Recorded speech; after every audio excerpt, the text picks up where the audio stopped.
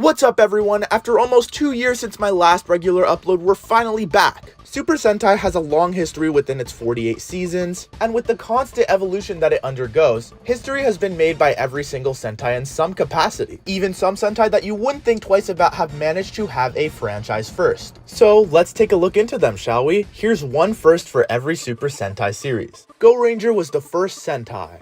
Pretty straightforward, right? Jekka was the first Sentai to have a real transformation sequence. Given that they go into giant capsules, it's quite different from how it's done today, but still noteworthy nonetheless. Battle Fever was the first Sentai with the giant mecha, one of the most fundamental parts of the franchise, and before this they only really used these aircraft thingies. Denji Man was the first Sentai with the portable henshin device, another fundamental part of the franchise, though Battle Fever did have the prototype for it. Sun Vulcan was the first Sentai to have a combiner giant mecha. This would of course become the main appeal of Sentai Robos over other franchises. On that note, Goggle 5 was the first Sentai to feature individualized mecha components. Red got a red jet, blue got a blue tank, and yellow got a yellow dump. This concept is as important to the mechas as the combining itself. Dynaman was the first Sentai to use spandex costumes, the material that Sentai would become known for. Bioman was the first Sentai to have 2 girls on the team. Before this, it was either one, and in one case, none. Changeman was the first Sentai to feature the fusion weapon in its modern form,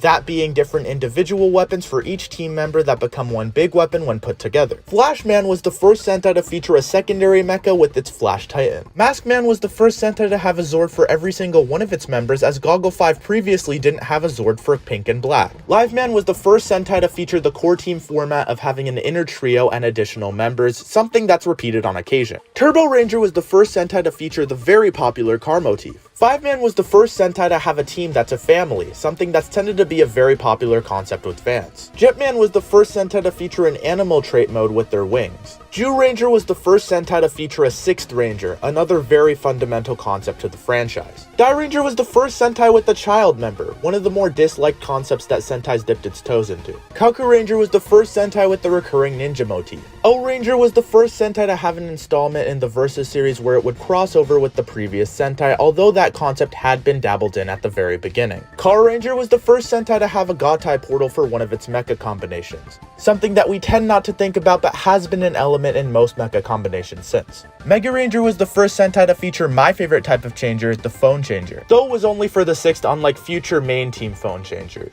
Ginga Man was the first Sentai to have a full-blown Super Ranger team upgrade, as opposed to the power protectors used by teams before it. Go-Go 5 was the first Sentai to feature a train in any sort of capacity, something that would become a full-blown theming for a Sentai later on. Time Ranger was the first Sentai to have 2 of its members be the exact same color. Yao Ranger was the first Sentai to have a set of auxiliary mecha that could combine with the main mecha to give it alternate base level forms. Hurricaneer was the first Sentai to have a mecha with over 20 individual components, although it was only in show, and we'd have to wait 2 decades to be able to do such a thing with the toys. Aba Ranger was the first Sentai to feature a Mentor Ranger. Deca Ranger was the first Sentai to reach a whopping 10 members in its extended team. Maji Ranger was the first Sentai to use equipment with vocals, something that's become a mainstay in Sentai since. Bokenger was the first Sentai to be filmed in widescreen, making it also, in my opinion, the first Sentai to not look super old. Geki Ranger was the first Sentai to have a purple Ranger, my favorite color, and that's only really a milestone compared to all the other colors because it took them so long. Go Onger was the first Sentai with an electronic collectible, something that truly revolutionized tokusatsu as a whole. Shinkenger was the first Sentai to cross over with the Kamen Rider series, that being Decade. Goseiger was the first Sentai to have a preseason cameo, something that I dearly miss. Gokaiger was the first Sentai to feature other past Sentai heroes in season. Go Busters was the first Sentai to feature any sort of gun changer, though again it was for the 6th. Kyoryuger was the first Sentai to have a battleizer for its red. This concept, previously having been Power Rangers thing, has stuck with Sentai ever since. Tokyuger was the first Sentai to use a Japanese number formatting for its member names. Ninja was the first Sentai to have any kind of female Green Ranger, even if not on the core team. Zyuohger was the first Sentai to feature core team members that assume a costumed form when unmorphed, though for now they also have forms that require actors. Q Ranger was the first Sentai whose suits had American input and influence influence due to Bandai of America being a collaborator with the Japanese teams on this one. Lupat was the first Sentai to feature any kind of non-piloted mecha in the main formation. Ryu Soldier was the first Sentai to have a variety of form changes a la Ultraman and Kamen Rider. Cura Major was the first Sentai to cross over on-screen with the Pretty Cure franchise. Zenkaiger was the first Sentai where the main marketed and focused on member was not the red and rather the white. Dawn Brothers was the first Sentai to have members that were designed in CGI as opposed to using physical suits. King Oger was the first Sentai to have a power-up made out of just pure VFX. And Boom Boomger is the first Sentai to,